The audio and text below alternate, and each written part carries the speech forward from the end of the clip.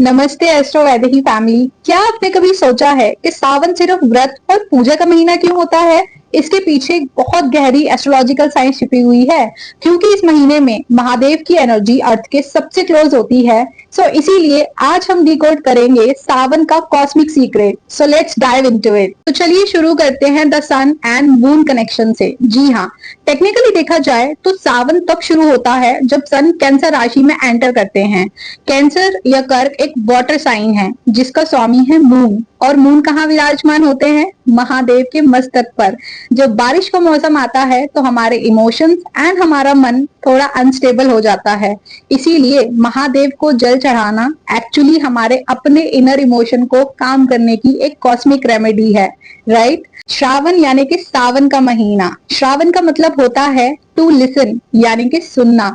Astrology कहती है इस वक्त यूनिवर्स की फ्रीक्वेंसी ऐसी होती है कि आप जो भी मंत्र जपते हैं उसका इफेक्ट 100 टाइम्स बढ़ जाता है। इसीलिए ओम नमः शिवाय की ध्वनि इस महीने में सीधे यूनिवर्स से कनेक्ट करती है। It's like the cosmic wifi strongest for Shiva's devotee right now. Okay, अब बात करते हैं the Mars and health angle की। जी हाँ, बारिश के मौसम में हमारी बॉडी की अग्नि यानी कि डाइजेस्टिव फायर वीक हो जाती है।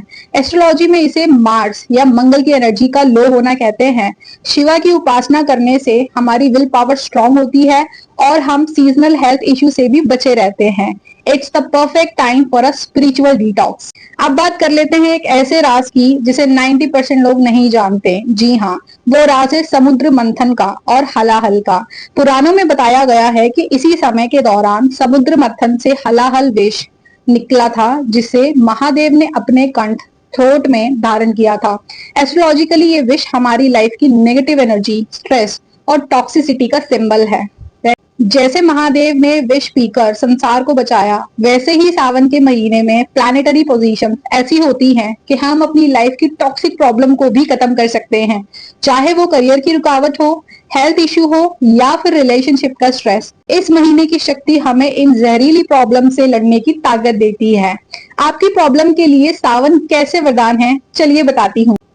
तो सबसे पहले बात कर लेते हैं द फाइनेंशियल स्ट्रेस की। जी हाँ, अगर आपको पैसे की तंगी है तो आप गन्ने का रस यानी कि शुगर केन जूस लेकर उसे शिवलिंग पर रुद्राभिषेक करें, राइट? ये वीनस और सैटर्न की नेगेटिव इफेक्ट को न्यूट्रलाइज करेगा, right? Second is mental stress and anxiety. Moon की वजह से होने वाली बेचैनी के लिए चंदन का लेप, सैंडलवुड का जो लेप होता है वो शिवलिंग पर लगाइए। ये महादेव के कंठ की तरह आपके दिमाग को भी ठंडा रखेगा। And the third is health issues. पुरानी बीमारियों से छुटकारा पाने के लिए महामृत्युंजय मंत्र का जाप करें। इस महीने की वायु यानी कि एयर में हीलिंग वाइब्रेशन सबसे ज्यादा होती हैं। तो इस सावन सिर्फ परंपरा मत निभाइए बल्कि कॉस्मिक एनर्जी से कनेक्ट कीजिए, राइट? कमेंट में हर हर महादेव लिखना मत भूलिएगा और बताइए कि आपकी राशि क्या है ताकि मैं आपको आपकी पर्सनलाइज टिप्स दे सकूं, right? Subscribe to astro Vaidehi channel for more Vedic secrets. जय महाकाल।